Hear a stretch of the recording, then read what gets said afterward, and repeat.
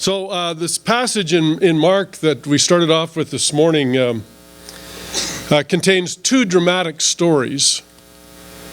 And you watched it on film just a little while ago. But, I don't even feel, as I watched that film footage a couple times, I don't even feel like that movie captures the actual drama of these two events. So Jesus, as usual, there's a large crowd following him.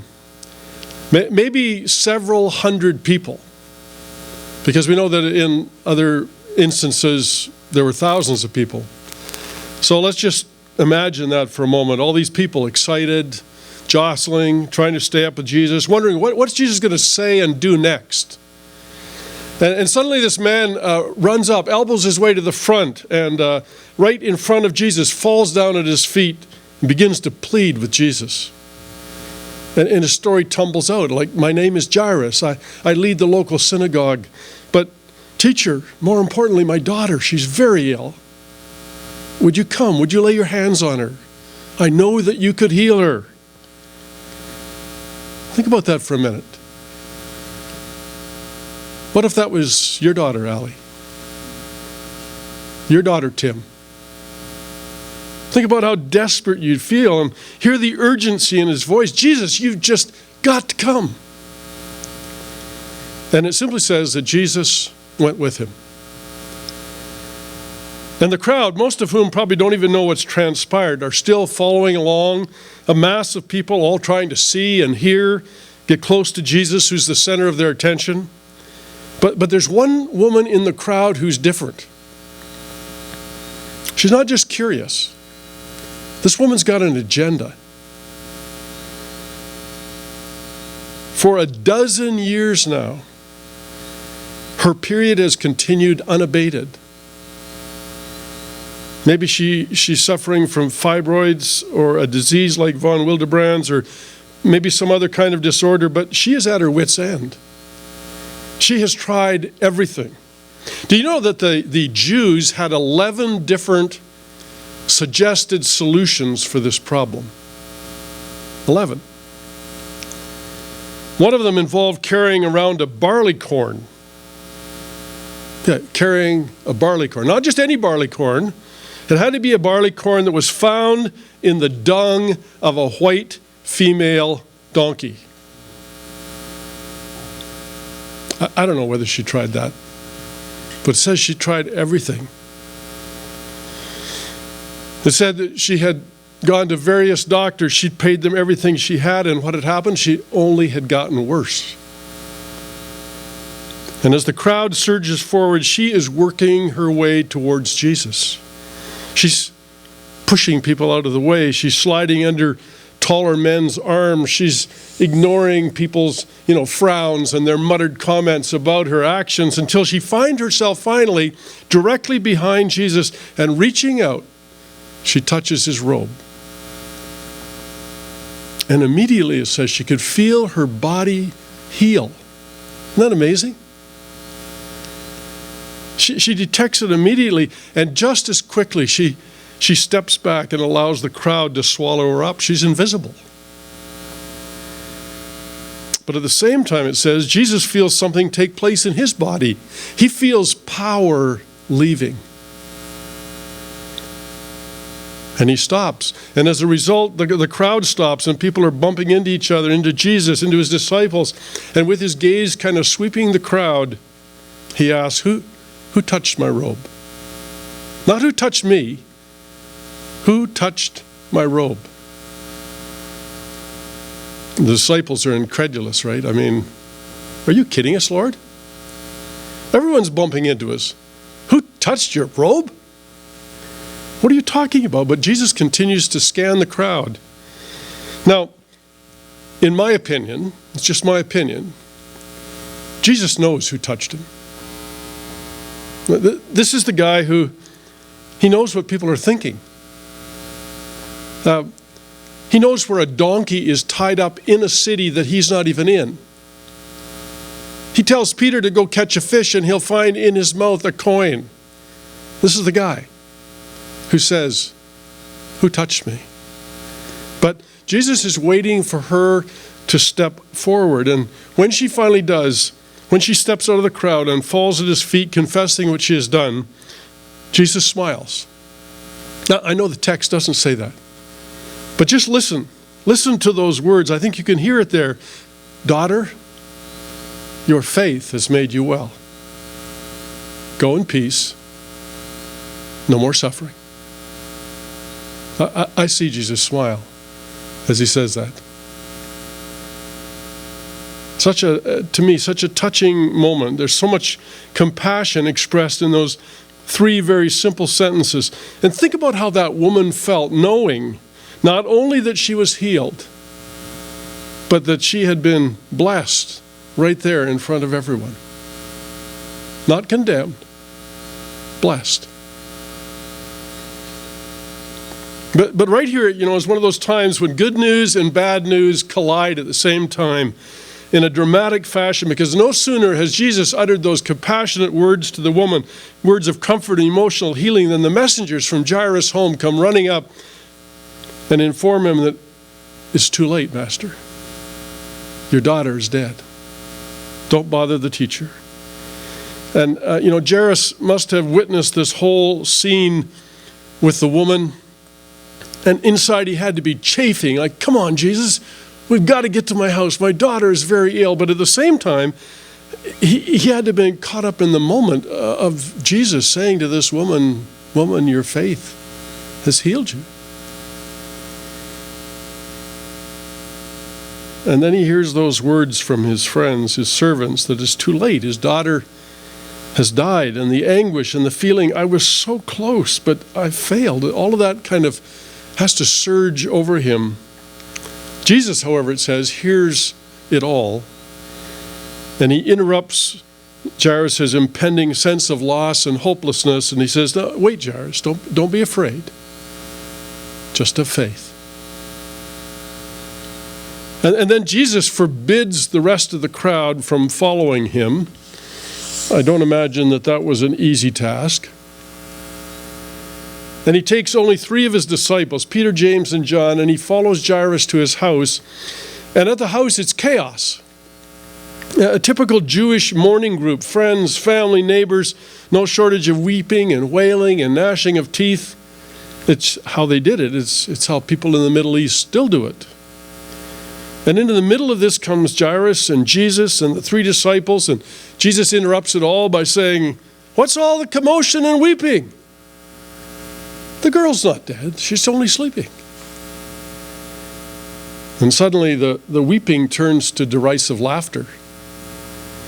They're mocking him. I mean, who is this guy who barges in and presumes to contradict what we all know? The girl's dead. And again, it doesn't say this, but I can only imagine at this point Mom's consternation in the midst of all of this. There's no mention really of her there, but Jairus must attempt, I can only imagine, he's attempting to get her aside out of the crowd, away from the rest of the family, assure her that this Jesus guy, he has power. He just healed this woman. He told me not to be afraid. He said, just believe. I'm not sure how all that would have gone over, but Jesus just takes charge, and he shoos the mourners and the mockers out of the house. And then he takes Dad and Mom and his disciples into the room where their 12-year-old daughter lies. And he takes hold of that little hand, and everything changes. Little girl, get up. And again, I imagine the scene, but what a scene.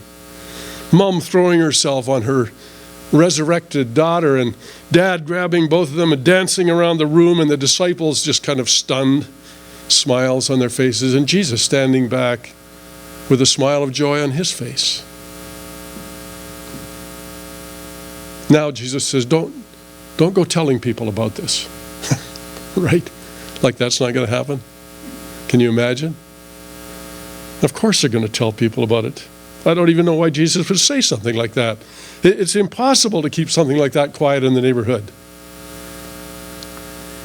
Oh, he says it might be a good idea also to give her something to eat. She's been ill for quite a long time. That's what I mean about drama. What an incredible afternoon for those 3 disciples who tagged along. What I'd like to point out this morning and have you consider are some of the obstacles to faith that are overcome in these stories, in the lives of these people. Now, I'm pretty sure that all of us have thought about some of the things that keep people from believing in Jesus. In fact, I would guess that all of us have likely at some point in time wrestled with obstacles in our own journey to faith. And maybe you're still wrestling with an obstacle or two at the moment. So let's look again at these accounts. Let's consider Jairus for a moment, the synagogue leader, and the obstacle that he had to overcome, the obstacle of heritage and background and culture. He's a synagogue leader, and that means that he is responsible for the Jewish worship in his town, and he would be very well aware that the big guys, the main Jewish leaders, those guys back in Jerusalem, they were no fans of Jesus. They've already confronted Jesus on numerous occasions in the Gospel of Mark, accusing him of breaking their laws like healing on the Sabbath and failing to fast and eating with sinners. They've even suggested that Jesus is working in cahoots with the prince of demons, Satan himself. So when Jairus makes the decision to seek out Jesus for the sake of his daughter, he is breaking all of the taboos. His job is going to be given to someone else. He's not going to be welcome to worship with his fellow Jews any longer. A lot of his friends are just going to disappear. But none of that matters to Jairus, does it? Because his little girl is so sick. And no one can help her. And Jesus is his last hope. You know, it's difficult to put your trust in Jesus if you've been raised in, say, a Muslim family, or you grew up in a Buddhist home, or maybe your parents were non-believers, or even worse, atheists. Even if you are transitioning from, say, a Catholic family to an evangelical community, facing the obstacles that are a part of that are huge. Your upbringing, your friends, your family traditions, it's a big thing. But just like for Jairus, putting your confidence in Jesus is a life and death matter. Do you believe that Jesus is the way, the truth, and the life? That no one can come to the Father except through him? Jesus said it himself, if you're going to follow me, everything else must take second place. And Jairus had that kind of belief. It crossed all of the cultural and family barriers. And then there was the woman who was suffering from that illness for so long. And she illustrates a second obstacle that so many people face in continuing their faith or continue to put their faith in Jesus, and that's shame. Now, you may not think that she should have felt any shame. After all, she was just the victim of an illness. But her actions betray her. They demonstrate how she felt. She stalked Jesus. Just a touch. That's all I need. No one will ever need to know except me. Maybe it will heal me.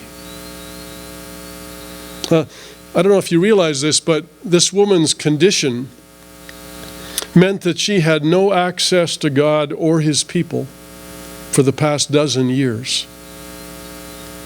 Her flow of blood meant that she was certified unclean. She had not been able to go to the temple or the synagogue for 12 years. Now, there were enough reasons for shame In that day and age, if you were a healthy Jewish woman, but a woman with an incurable illness, perpetually unclean, so that no self-respecting Jewish man could touch you by law, I think she was filled with shame. And not unlike so many, even in our culture, it was shame that she shouldn't have had, that she shouldn't have been bearing. Nonetheless, her shame was like a prison. It held her down. It made her feel unworthy and unclean and unloved. But she believed in Jesus. And she sought him out, and because of her need, she reached out to touch him. And this is why Jesus calls her out of her anonymity.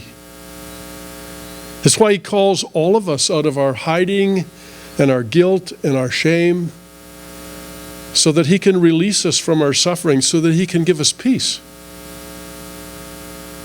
But we have to have enough faith to reach out. We have to rise above the shame that tries to keep us down and believe that Jesus can forgive us, can heal us, can release us. Back to Jairus, the father who has just received news his daughter has died, and the obstacle of fear. There is no greater fear than that of losing someone you love, especially one of your kids. But there are all kinds of fears that prevent folks from trusting Jesus and giving him control over their lives. People are afraid that God's going to make them do things they don't want to do. They're afraid that their friends and family will mock them or desert them. I've met people who know that to follow Jesus they need to be immersed, but they're afraid of water.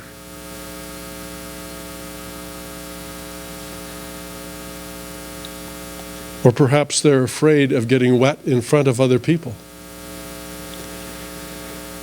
And so many people are just afraid that they don't measure up. I'm not good enough.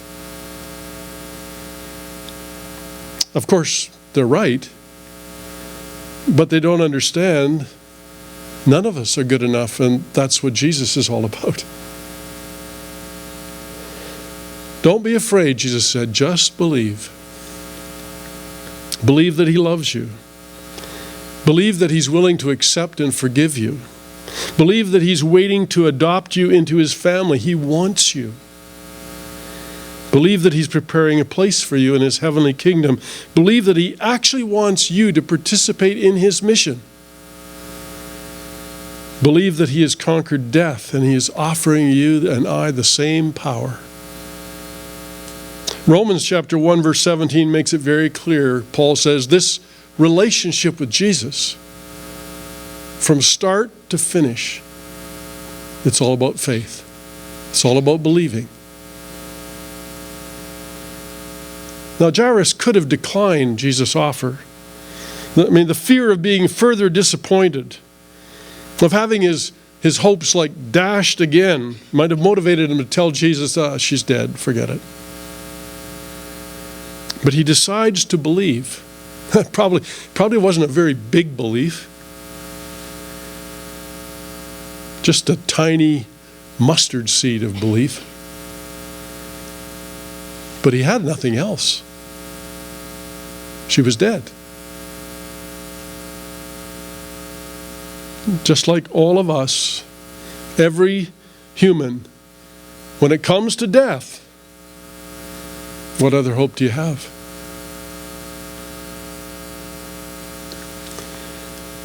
When they reach Jairus' home, he and his wife have another obstacle. Derision. Lots of jeering and snide comments. You believe what? These guys knew the score. They knew when the girl was dead or alive. There's no need to bring your stuff in here, Jesus. I think probably one of the most recognized fears in our day. Belief in God, in Jesus, in the church. Oh, really? In the 21st century? Get a grip. Followers of Jesus are just a bunch of hypocrites. The Bible, it's completely outdated. It's out of touch. And on it goes. I mean, people who would rather mourn and mock than believe.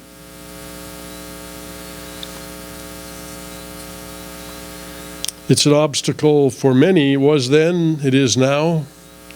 Peter, remember Peter? He struggled with that obstacle, denying that he knew Jesus 3 times to avoid the derision and mockery of the crowd. But Jairus overcomes this obstacle. He allows Jesus to move everyone out. He follows him into the room that held his daughter's lifeless body. What if Jesus could not bring her back to life? What would the outcome of that be? What kind of jeering and laughter would the neighbors have then?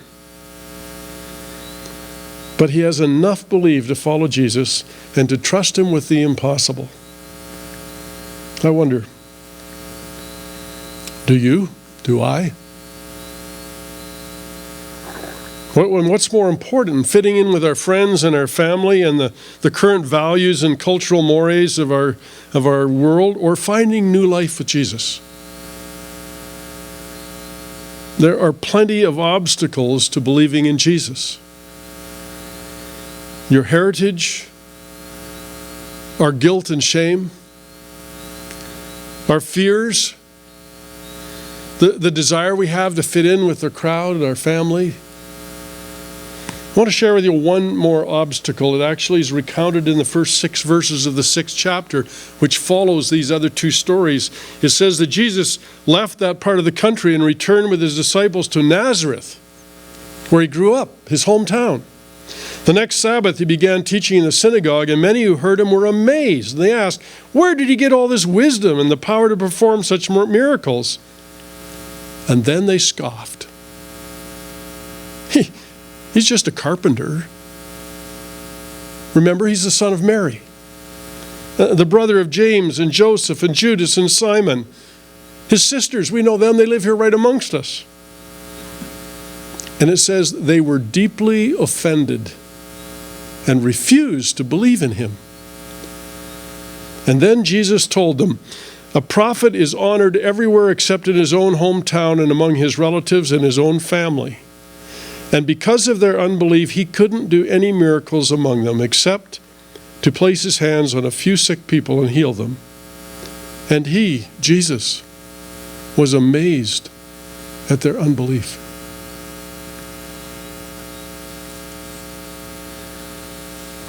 The previous 2 examples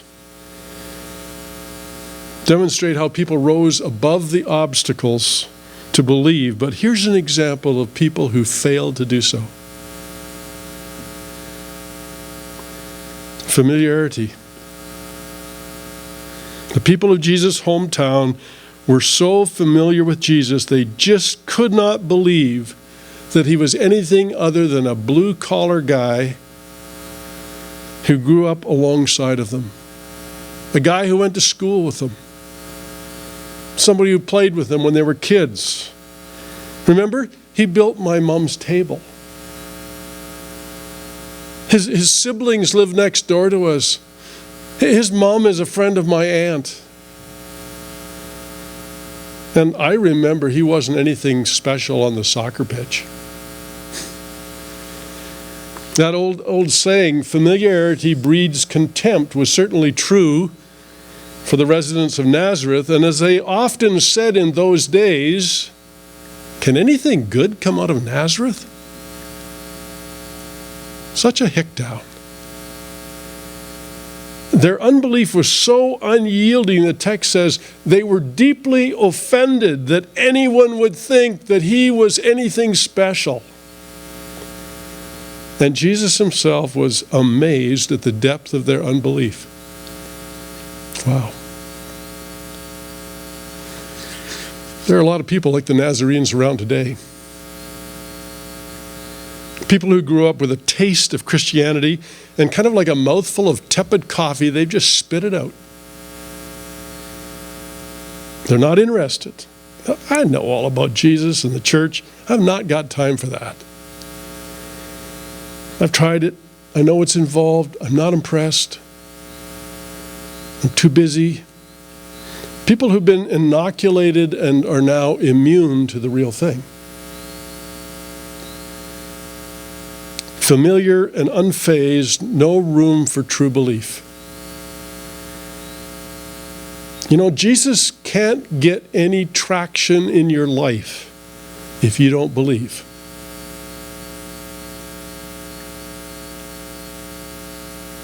It doesn't mean that he's powerless. What it means is that he will not overpower you.